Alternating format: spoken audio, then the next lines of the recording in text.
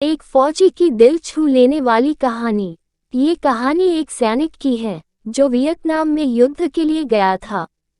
युद्ध समाप्त होने के बाद जब उसके घर लौटने की बारी आई तो उसने अपने माता पिता को सैन फ्रांसिस्को से फ़ोन किया, माँ और पिताजी, मैं घर आ रहा हूँ, लेकिन घर आने से पहले मुझे आपसे एक बात पूछनी है। मेरा एक दोस्त है जिसे मैं अपने साथ घर लाना चाहता हूँ। क्या मैं उसे ला सकता हूँ? बिल्कुल बेटा, ये भी कोई पूछने की बात है।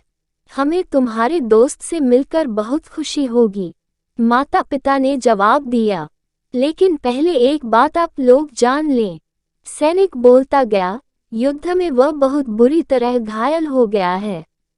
उसने एक बारूदी सुरंग पर पैर रख दिया था और उसमें उसने अपना एक हाथ और पैर गंवा दिया है। उसके पास कोई जगह नहीं है जहां वो जा सके, इसलिए मैं उसे अपने साथ रहने के लिए लाना चाहता हूँ। उसकी यह बात सुनकर उसकी माँ बोली, बेटा, तुम्हारे दोस्त के बारे में जानकर हमें बहुत दुख हुआ। हो सकता है हम उसके रहने के लिए कोई जगह तलाश कर सकें। नहीं माँ, मैं चाहता हूँ कि वो हमारे साथ रहे। लेकिन बेटा, अब पिता ने कहा, तुम समझ नहीं रहे हो कि तुम क्या चाह रहे हो। इस तरह का अपाहिज व्यक्ति हमारे लिए कितना बड़ा बोझ होगा।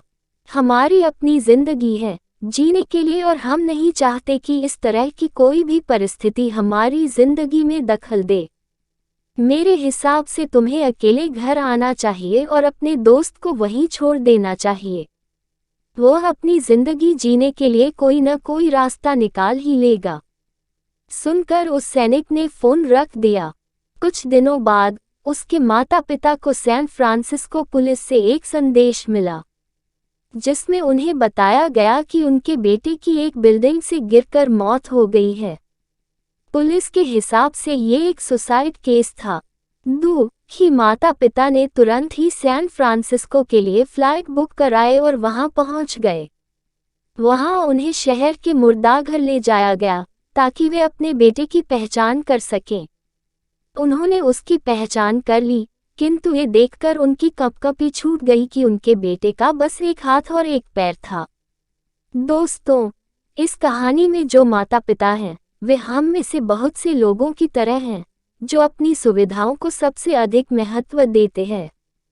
वे उन लोगों से प्यार करना या रहना या समय बिताना चाहते हैं जो दिखने में अच्छे हैं, स्वस्थ हैं या फिर जिनके साथ रहकर उन्हें मज़ा आता है।